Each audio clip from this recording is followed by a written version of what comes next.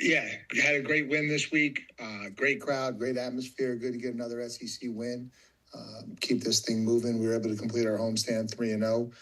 Now, obviously, time to take the show on the road and put ourselves in a position to kind of go be road warriors for a month. And so starts with a really tough challenge at Arkansas. All right, we'll begin with Tom Murphy of the Arkansas Democrat-Gazette. Hey, Mike, I'm wondering about your thoughts on turnover margin and its ability to influence the outcome of games, and specifically in this game against an Arkansas team that has a poor turnover margin. Yeah, I think every week that's what matters. I think the turnover margin is the number one thing on our plan to win. I think winning the turnover margin is the number one indicator of success in a football game. And so I think it has a big role every week, and I think it matters even more when you're on the road. Coach, I know every game stands on its own merits, but in this series, A&M's won 12 of 13. You've been a part of, I think, 5 of those. And can something like that influence the culture of a program when you're going against a team that you've beaten so often? I don't think so. What I told our guys is I don't remember ever feeling like any of the games were in control. I feel like every game I've ever played against Arkansas has come down to the final play.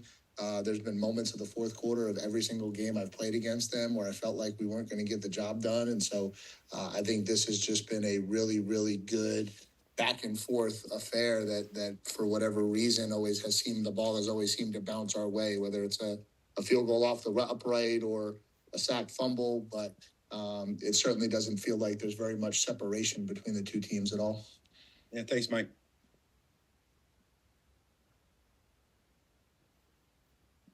Next will be Andrew Hutchison of the Best of Arkansas Sports. Hey, Coach, I'm curious when you're preparing for Arkansas's defense, when you're preparing for them, do you look at just the Tennessee game where, they've got the new defensive staff, or do you take a peek back at the earlier games? And if so, kind of how was Arkansas's defense different against Tennessee? I think, you're trying to evaluate as much of a sample size as you possibly can. Obviously, a new coordinator makes a huge difference in terms of what a team's going to do schematically, how they're going to call plays, what they're going to look like. There's also a lot of film in terms of personnel and talent that you're trying to evaluate from the earlier parts of the season. And so you're just trying to watch as big a sample size as you possibly can and try to get the best gauge on what exactly the defense is going to look like against us on Saturday. And I wanted to ask you about your offensive coordinator, Colin Klein. Just kind of what makes him a successful coordinator? Kind of what do you like about him? What has he brought to your program?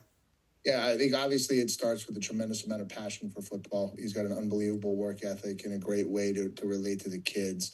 I think what really drew me to him over others is he's extremely intelligent. I think we see the game very similarly in terms of trying to attack defenses and how we want to attack defenses. And I think he's done a really, really good job of putting his handprint on this offense here in year 2. And I'm playing some really good football.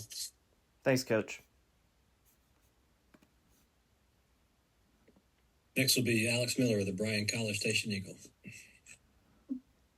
Hey, Mike, we talked with Ruben on Tuesday. He had mentioned how he's made an effort to improve his blocking, both in the run and the pass game, and understand offensive line schemes to try and become a more complete player.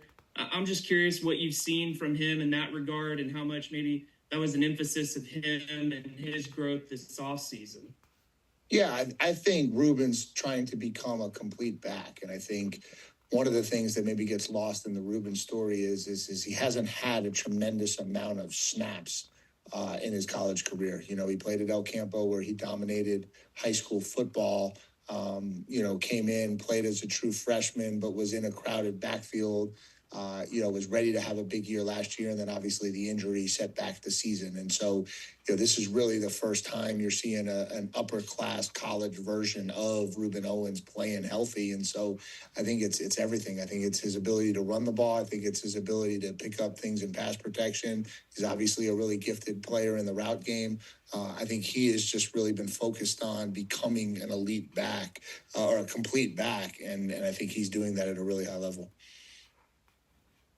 And then you gave Jared Kerr a shout out pretty recently in one of your press conferences. I'm just curious what you've seen, just him embracing that role, especially on special teams, as a guy that's kind of stuck it out as a veteran player.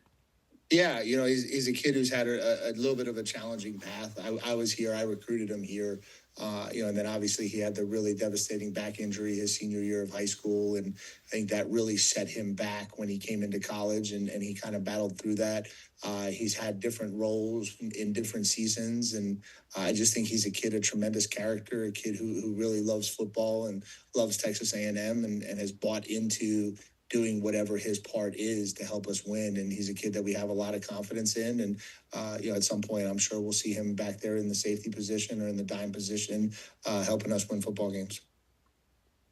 Thanks, Mike. Next is Travis Brown of KBTX.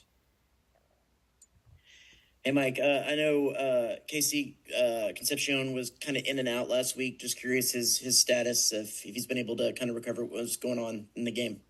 Yeah, we'll see that kind of when the injury report comes out tonight. All right, thanks. Next is Anthony Catalina of the Austin American-Statesman. Hey, Mike, potential weather in Arkansas this weekend. I just want to ask you, what's the preparation like in practice? Does anything change? And then conversely, in the games, do you adjust play calling? Is there any scheme that, you kind of adjust with the weather being a factor? Yeah, I think it's always challenging in advance to know what schemes and what that will look like. There's a lot of different variations of weather. There's days where it's a little bit rainy and you could still run the entire playbook. There's days where there's 40-mile-an-hour wind gusts and torrential downpours, and that obviously alters what you're capable of doing. And so I think you try to have a big plan to kind of adjust and adapt to the weather. We started doing some wet ball work today. We'll continue to do that tomorrow. That just basically entails kind of squirting the water bottles on the balls before we snap them, just so that our quarterbacks and our ball handlers get used to handling wet footballs. And we've done the same thing on special teams, and hopefully that gets us ready to go. Thanks, Mike.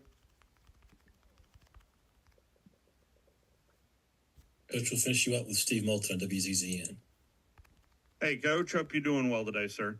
Thanks, Steve. I'm doing great. Wanted to ask about Taylon Green. Progression-wise, what have you seen out of the Arkansas quarterback?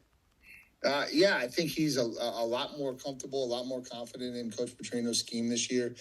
He's obviously an extremely talented kid. That's been the case since the day he stepped on that campus. He's got unbelievable top-end speed and ability to hurt you with his legs and his arms. And I think he's just maybe a little bit more confident and a little bit more comfortable in the throwing game this year. He's averaging over 300 yards a game passing and has truly become a very, very effective dual-threat kid. And coming off of a coach being let go of Arkansas and their performance at Tennessee, what stood out to you about Arkansas's road game at Tennessee last weekend, Coach? Yeah, kind of what I had expected to see. I think you saw a team rally around their new head coach. I think they've got a lot of passion and respect about Coach Petrino. I'm sure it'll even ramp up a whole nother level going back to Fayetteville this weekend for the first time. And I'm sure they're a very prideful team and are wanting to prove that this season is not done and that they got a lot still to play for. And so I'm sure they're going to come out fired up and absolutely play their best game of the year on Saturday. Thank you, Coach. Coach, thank you for your time today. Thanks, Chuck.